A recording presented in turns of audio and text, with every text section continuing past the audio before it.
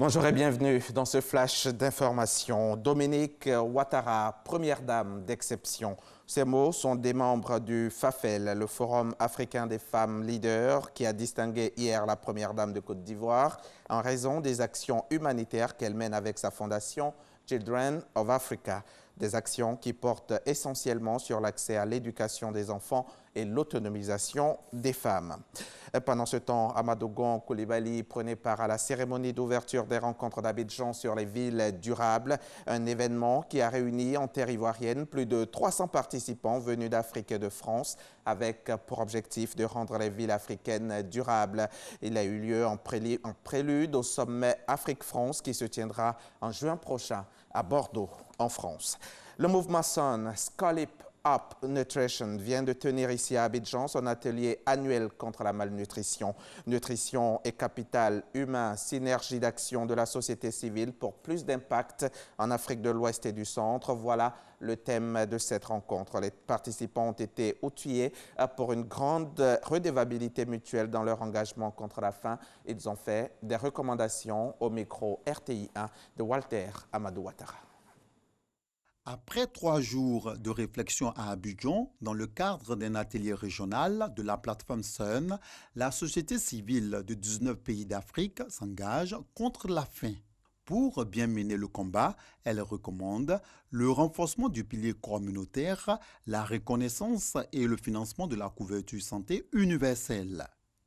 Nous, acteurs de la société civile, appelons les gouvernements de nos États et les institutions financières, Banque mondiale et Banque africaine de développement, à s'investir davantage dans la lutte contre la malnutrition sous toutes ses formes.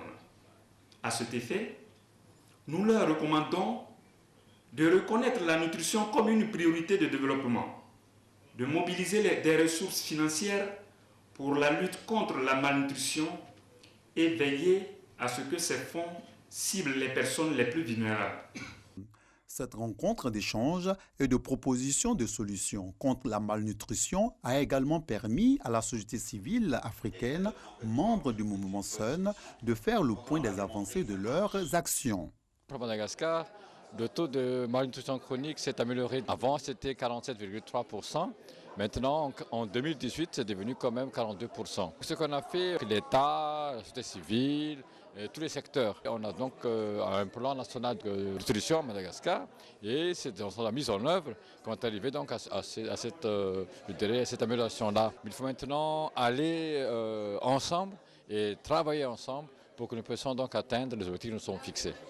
Les alliances de la société civile Sun disposent désormais d'outils pour le développement des actions communes afin d'atteindre un plus grand impact et une redevabilité mutuelle dans leur engagement contre la faim. Un ressortissant italien arrivé au Nigeria il y a 3 jours est devenu le premier cas confirmé de contamination au coronavirus dans le pays. C'est ce qu'a déclaré ce vendredi le ministère nigérian de la Santé alors que l'épidémie se propage rapidement à travers le monde. Il s'agit du premier cas d'infection signalé en Afrique subsaharienne. Un Italien revenu donc de Milan le 25 février a été hospitalisé après avoir été testé positif au coronavirus dans l'État de Lagos où la capitale abrite environ 20 millions d'habitants. Le ministre guinéen de l'Enseignement supérieur et de la Recherche scientifique, Abdoulaye Yero Baldé, a annoncé hier jeudi sa démission dans une lettre adressée au président de la République. Dans sa lettre, Baldé justifie son départ du gouvernement par le fait qu'aujourd'hui, force est de constater que les valeurs pour lesquelles son parti a lutté sont reléguées au second plan. Cette démission d'un ministre guinéen, la 3e depuis l'annonce d'une modification constitutionnelle après celle de Gassama Diaby du ministère de la Citoyenneté et Cheikh Sako de la Justice, intervient à 72 heures de la tenue des élections législatives et du référendum sur la nouvelle constitution prévue dimanche prochain, 1er mars.